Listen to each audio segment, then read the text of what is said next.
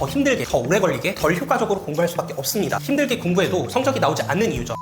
학벌 미련 때문에 학과가 마음에 안 들어서 편입을 하려고 검색하고 찾아본 뒤로는 거리에 안 보이던 명문대 학생들이 더 많이 보이는 것 같습니다. 남들은 잘만 해내는 것 같은데 나만 뒤처진 것 같고 마음은 급해져 제대로 된 준비 없이 되는 대로 편입을 준비하죠. 갑자기 명문대 학생들이 더 많아진 걸까요? 아닐 겁니다. 중요하다고 생각하는 것에 꽂힌 우리 뇌는 중요치 않다고 생각하는 것은 무시하는 경향이 있습니다. 이걸 컬러베스 효과라고 하는데 90%의 편입 준비생들이 이것 때문에 편입을 망칩니다. 당장이라도 학원부터 끊고 수업을 들어야 된다고 착각해 시작 전 반드시 해야 되는 것들을 건너뛰거든요. 중요치 않다고 무시했던 것들이 사실은 합격을 좌우하는 가장 중요한 것들임을 나중에 깨닫고는 후회합니다. 같은 책을 읽고 같은 강의를 들어도 배운 걸 더 오래 기억하고 잘 써먹는 특별한 사람들 한 번쯤 보신 적 있으실 거예요. 우리는 그들을 유베이스라 부르고 나와는 다른 계층의 사람인 것처럼 생각하죠. 그 사람들이 우리보다 똑똑해서 그런 걸까요? 아닙니다. 단지 그들은 올바르게 학습하는 방법을 잘 알고 있을 뿐입니다. 똑같이 강의 듣고 공부하는 것 같지만 세부 프로세스를 뜯어보면 전혀 다르다는 것을 알 수 있죠. 스터디 플래너를 쓴다던가 마인드맵 그리기, 아는 개념과 연관지어 이해하기, 다른 사람에게 설명하기, 공부 잘하는 학생들이 한 번씩 보여줬던 모습들이죠. 이 영상에서는 편입 합격생들의 공부 프로세스를 낱낱이 파헤쳐 노베이스 분들도 따라할 수 있도록 공부 기준과 순서, 방법을 알려드리겠습니다. 관심 있는 내용이 있다면 아래 타임라인 참고하세요. 노베이스 학생들과 합격하는 학생들은 얼핏 보기에 똑같아 보입니다. 똑같이 학원을 다니고 강의를 들으니까 대부분이 차이점을 구분하지 못하죠. 하지만 잘 들어보세요. 이걸 구분하지 못하면 1년이라는 시간과 몇백만 원의 수업료를 날릴 수 있습니다. 대부분의 학생들은 학원에서 다 알려줄 것이라 생각해 강의만 들으면 된다고 생각합니다. 내가 준비할 학교 전형이 어떻게 되는지, 잘 가르치는 강사는 누구인지, 잘 준비하려면 어떻게 공부해야 하는지를 제대로 찾아보지 않죠. 컬러베스 효과 때문에 공부를 시작하는 것, 학원을 다니는 것, 강의를 듣는 것에만 꽂혀서 수업료 저렴하고 집에서 가까운 학원과 인강을 찾는 데에만 집중합니다. 반면 합격하는 유베이스 학생들은 구조화를 잘합니다. 지원할 학교 모집 요강 전형을 보고 어디에 힘을 실어야 할지 우선순위부터 정한 다음 1타 강사 리스트와 강사 간의 특징을 파악하고 합격 수기를 통해 어떻게 공부해야 하는지 목차나 마인드맵을 그려보며 합격에 필요한 것들의 관계를 파악하고 전체 구조를 설정하죠. 별것 아닌 것 같지만 이 작은 차이에서 승부가 갈립니다. 이건 편입 영어와 절차형 정보이기 때문입니다. 절차형 정보는 스마트폰 사용법, 영어처럼 무언가를 어떻게 실행하는지 알려주는 정보입니다. 방법을 알아도 바로 능숙하게 해낼 수 없어 직접 해보면서 연습하는 게 핵심인 정보죠. 그런데 노하우조차 모르는 상태로 입시 때 실패했던 잘못된 방법을 고집하면 더 힘들게, 더 오래 걸리게, 덜 효과적으로 공부할 수밖에 없습니다. 힘들게 공부해도 성적이 나오지 않는 이유죠. 정말 많은 학생들이 절차형 정보인 편입 영어를 읽고 외우고 필기하지만 실제 연습은 1주에서 2주가 지나고 나중에 합니다. 지금은 시간 없으니까 이론 끝내고 봐야지, 심지어 읽고 넘어가기만 하는 경우도 정말 많은데 강좌가 밀려서 숙제가 쌓여서 당장 연습할 시간이 없으니 책이랑 이론 강좌 더 많이 보자고 생각하고요. 이게 불합격하는 이유입니다. 무작정 암기하려고 읽고 또 보면서 필기만 해서는 학습되지 않고 외워지지 않거든요. 절차형 정보는 즉시 실전에 적용하지 않으면 금세 잊혀집니다. 이론학습, 소비와 문제풀이, 소화에 균형이 잡혀야 쌓이는데 소비에 집중하느라 소화를 놓치면 소화되지 못한 정보들은 결국 다 사라집니다. 자칫 공부한 시간이 헛수고가 될 수 있는 거죠. 바로바로 문제를 풀어보면서 연습을 해봐야 머릿속에 쌓인다는 겁니다. 강좌 하나 더 듣는 것보다 공부한 내용 소화하는 게 더 중요하다는 본질, 합격할 학생들은 잘 알고 있어서 일시정지를 잘합니다. 인간의 뇌는 멀티태스킹에 최적화되어 있지 않아서 선택과 집중을 해야 된다는 걸 잘 알고 있는 것이죠. 동시에 이거저거 하다가 망했던 경험 다들 한 번씩 있으실 텐데요. 실제로 스탠퍼드 연구팀에 따르면 멀티태스킹 그룹은 단일 작업 그룹보다 작업 효율성이 40%나 낮았다고 합니다. 합격하는 학생들은 수업을 듣느라 구조할 시간이 없다면 정보 소비를 멈추고 문제풀이 연습부터 하면서 힘들게 공부한 지식을 소화하는 데 집중합니다. 정보를 읽고 소비하는 시간을 줄이고 소화하는 시간, 적용하거나 연습하는 것에 더 많은 시간을 투자하는 것이 훨씬 효율적인 학습이라는 걸 경험적으로 알고 있다는 거죠. 그렇게 더 많이 기억하고 문제를 해결할 수 있는 실전 지식이 쌓이니 같은 시간을 공부하더라도 좋은 점수가 나올 수밖에 없습니다. 그런데 이러한 프로세스가 익숙치 않은 학생분들은 뭔가 이상한데라는 위화감을 느끼면서도 강의 듣고 숙제하기 바빠서 연습해야 한다는 사실을 놓치기 일쑤입니다. 합격하는 학생들이라고 다를까요? 바쁜 건 똑같습니다. 하지만 그들은 시스템을 활용해 루틴화하는 데 능하죠. 스터디 플래너나 알림 설정 할 일 추가를 통해 자연스럽게 해야 되는 것들을 챙깁니다. 적고 자주 확인하는 것. 일정 관리의 비결은 꾸준함입니다. 새로운 습관을 들이는데 평균 66일이 걸린다. 같은 시간에 운동하는 사람들의 습관 유지율이 80% 이상 높았다는 연구 결과를 보시면 습관화와 루틴화의 중요성 이해되실 겁니다. 학습 효율이 잘 나올 수밖에 없다는 거죠. 정보를 수집하고 노하우를 받아들이고 계획과 일정을 설정한 다음 꾸준히 실행할 수 있게 안전장치를 세팅하고 빠르게 실행하는 것. 어렵지 않게 할 수 있는 것들이지만 누군가는 귀찮다고 넘어갔던 것들을 꾸준히 실행하는 것. 합격과 불합격 결정적인 차이를 만들어주는 합격생들의 비밀입니다. 다음 포인트는 구조화와 유사성입니다. 이론, 원리, 사실, 설명 같은 개념형 정보는 문법 시간에 많이 찾아볼 수 있는데요. 개념형 정보를 소화시키는 핵심 전략은 구조화입니다. 배운 개념과 사실들을 파편적으로 떼어놓고 생각하는 게 아니라요. 마인드맵, 목차 작성을 통해 어떻게 연결되는지, 어떤 점에서 비슷하고 어떤 점이 다른지 구조화하는 데 집중해야 합니다. 공부 잘하는 학생들에게 개념 설명을 들었을 때 고맙다고 말하면 나도 정리돼서 좋았어 라는 말 한 번씩 들어보신 적 있을 텐데요. 네, 공부를 잘하는 학생들은 책 속의 문장과 단어를 순서대로 기억하는 것이 아니라요. 어떻게 연결되는지 상관관계를 고려해 유사한 것들끼리 큰 틀로 묶고 구조화를 하고요. 정리된 개념을 문제풀이를 통해 직접 배치하고 연결하면서 지식의 네트워크를 재구성합니다. 이는 단편적으로 알고 있던 개념들을 유기적으로 이해하는 데 큰 도움을 주는데 학습량이 늘어날수록 내용을 추가하고 재배치하며 정교하게 다듬어 나가는 학생과 그렇지 않은 학생들과의 실력이 벌어지게 됩니다. 강의 듣고 숙제하느라 바빠서 구조화할 시간이 없다면 정보의 소비를 멈추고 소화하는 데 집중해야 합니다. 뒤로 미룰수록 단기 기억은 사라지고 양이 늘어나 미래의 나에게 큰 부담을 떠넘기게 되거든요. 소비하는 시간을 줄여서 소화 시간을 늘리는 게 훨씬 효율적입니다. 정보의 소비와 소화는 항상 균형이 맞아야 한다는 것. 소비량 곱하기 소화율은 지식이라는 걸 명심하세요. 구조화를 할 때 많이 사용하는 방법이 유사성을 활용한다는 겁니다. 우리 뇌의 MBTI 뭔지 알고 계신가요? 정답은 인프피, 낯가림이 굉장히 심합니다. 처음 보는 개념을 알려주면 튕겨내기 바쁘죠. 하지만 이미 알고 있는 친구의 소개라면 이야기가 달라집니다. 양팔 벌려 환영하는데요. 그래서 똑똑한 학생들은 비유의 유사성을 활용해 효율적으로 학습합니다. 새로 외우는 건 어렵지만 이미 알고 있는 개념과 연결 짓는 과정은 이해력과 장기 기억에 매우 효과적입니다. 내 지식 네트워크에 더 강력하게 연결시키기 때문인데요. 빠르게 머리에 넣은 뒤 어떤 점에서 비슷한지, 어떤 점에서 다른지 유사한 점과 차이점을 정리하며 빠르게 암기하죠. 학창시절 공부 잘하는 친구와 같은 단어장으로 똑같이 시작했는데 1회독 이후부터 속도 차이 쫙 벌어졌던 적 있으시죠? 암기해둔 표제어에 유사성을 가진 동의어를 더하고 효율 좋게 장기 기억으로 보존하니 매번 새롭게 외우는 것보다 빠를 수밖에 없는 거죠. 그리고 정확한 감만 바로바로 떠올릴 때에는 간격 반복을 효과적으로 써먹습니다. 매일 30분에서 1시간 정도를 정해놓고 단어 뜻이 적힌 암기 카드나 퀴즐렛 같은 어플을 활용해서 누적 학습, 반복 학습을 해나가죠. 1일, 2일, 4일 보는 기간은 길어지지만 간격을 둔 반복 학습을 통해 단기 기억을 장기 기억으로